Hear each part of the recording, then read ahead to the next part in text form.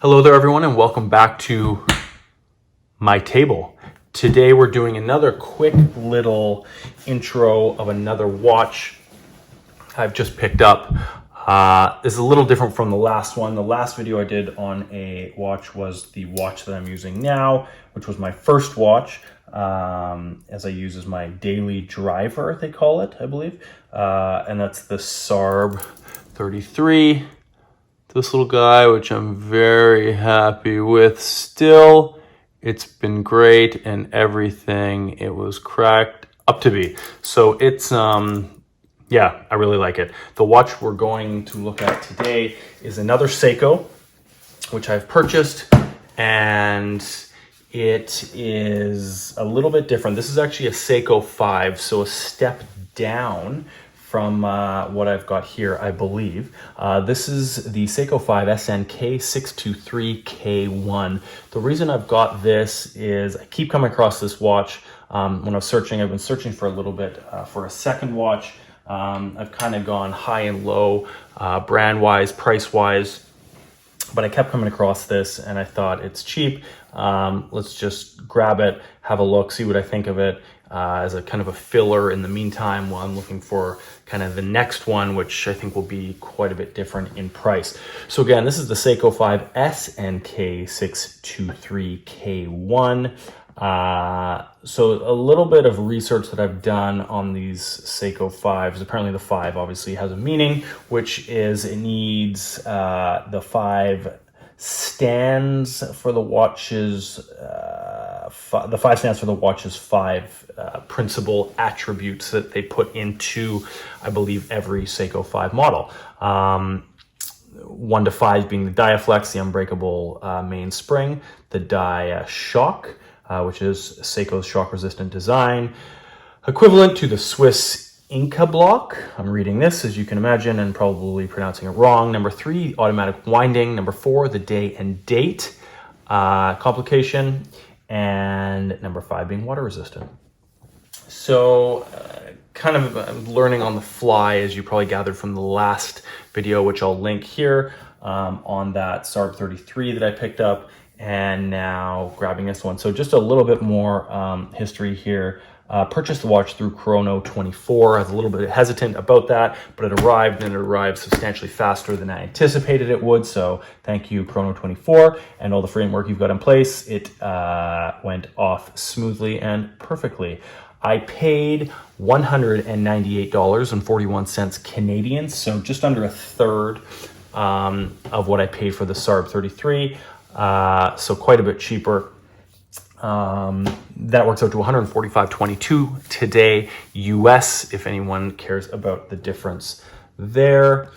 And let's get into it. I haven't seen it yet. As you see, it's open. My wife opened the box thinking it was for her, or so she says. I think she's just spying on me to try and keep an eye on what's coming through the mail. But either way, this is it. A little bit different box than before. So we've got our book here with the card, yes, same as last time. Stamped June 25, 2020. Date of purchase, okay, great. That makes sense. This is in all sorts of languages, which is great.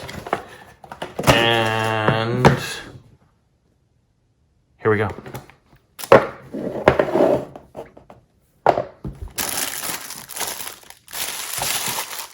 Nothing else in here? No.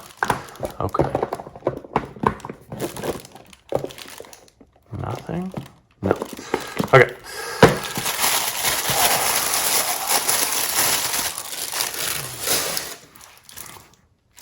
So as you can see,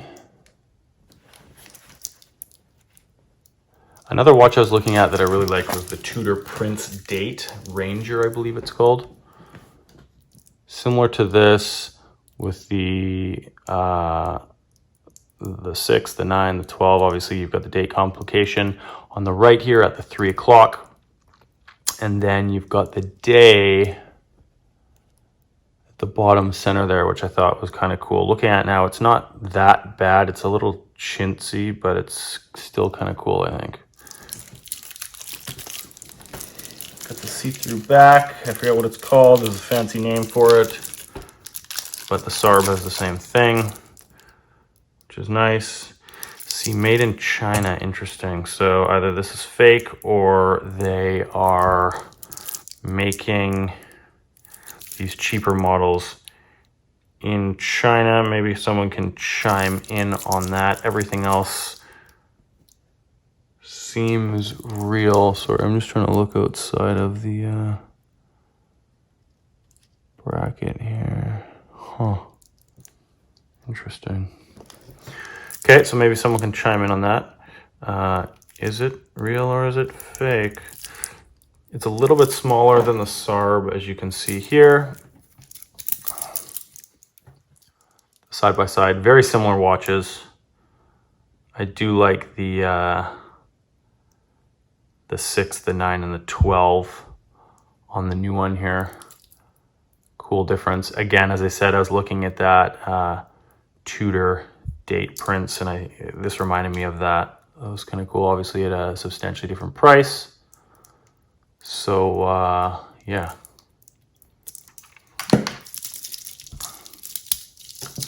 Feels a lot more flimsy than the 33, actually. That's interesting.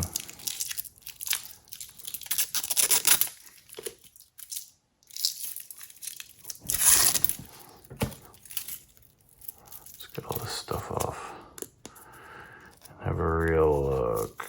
Of course, it's huge on me. That needs to be adjusted. It just... a lot more give in the, what are they, bracelet they call it? Not a bad size. Now, the one thing that I was curious about when looking at it that I do not like is how it tapers inwards. So that's either a lot more sporty or a lot more feminine. I can't decide. Interesting. I could see it in the images that I was looking at online, but again, due to the price mainly, I said, forget it, let's just get it and see what it's like in real life. And I could see that, but now looking at it in person, it's a lot more dramatic than I was hoping it would be. So that I don't like. But that aside, it's not the end of the world, I don't think. Maybe, maybe not. It's a good size, it's not bad. But you can definitely tell that it's not as, I don't know, it feels a lot kind of cheaper. So we've got the offset at the 4 o'clock here. 1, 2. So 2 is the minutes and hours. 1. So 1 is the date, and then backwards is the day. That's interesting. You can see that.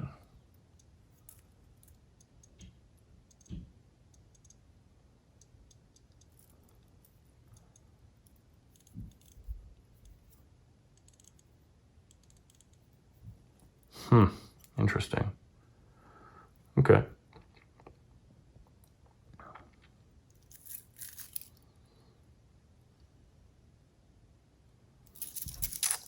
So yeah, anyone that wants to send me a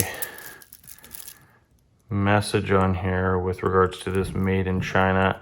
I don't know if it's made in China. I don't know if it was put together in China. I don't know any of this stuff on these guys. So I'm sure someone out there knows the history of this, or maybe they are, because I believe they are. There's still plastic on that. They are cheaper. Sorry, I'm out of screen here.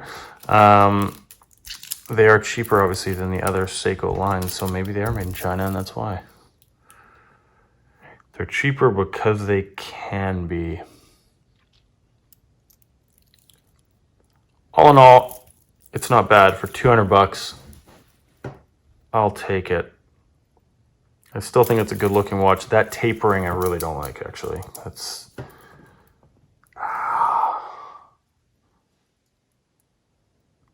I don't know. Kind of feminine. I might have to give it to the wife. Yeah, I don't know. I'm gonna have to sleep on that. And again, in contrast to the SARB, you can obviously see what I'm talking about there. Interesting. But I think it's a nice looking watch. Again, for 200 bucks. I don't think you can really go wrong.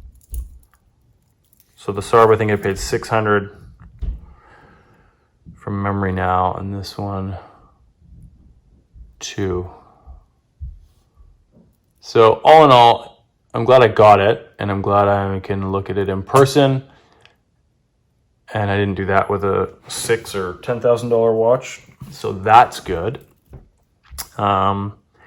It's not bad. The tapering I don't like, but other than that, it's interesting. Okay, send me your 2 cents on that. I guess the comparison between these two is kind of important too, because which one am I going to wear? So send me your 2 cents on the comparison between these two. I'm guessing this is going to be favored. This got quite a bit of attention when I did the first video, but is this a woman's watch? Jesus. I gotta do some more research here. Okay, thanks for watching. I appreciate your attention. Seiko 5 SNK623 K1. I still think it's kind of cool. The tapering I don't like. The day is a little chintzy. It looked better online when I was looking at it than in hand. It feels a lot more, less solid, I'll say, than the 33. Obviously not bad. Again, I keep going back to the price, which I don't think is a justifiable measure. If you're going to buy something and like it, then you're going to be able to justify the price. So that should be secondary to actually liking the watch. But this tapering is, yeah, it's a bit much. Okay, I'm going to cut it there. It's already too long. Thanks for your attention, and would love your feedback on this, and I will see you next time. Thank you, and good night.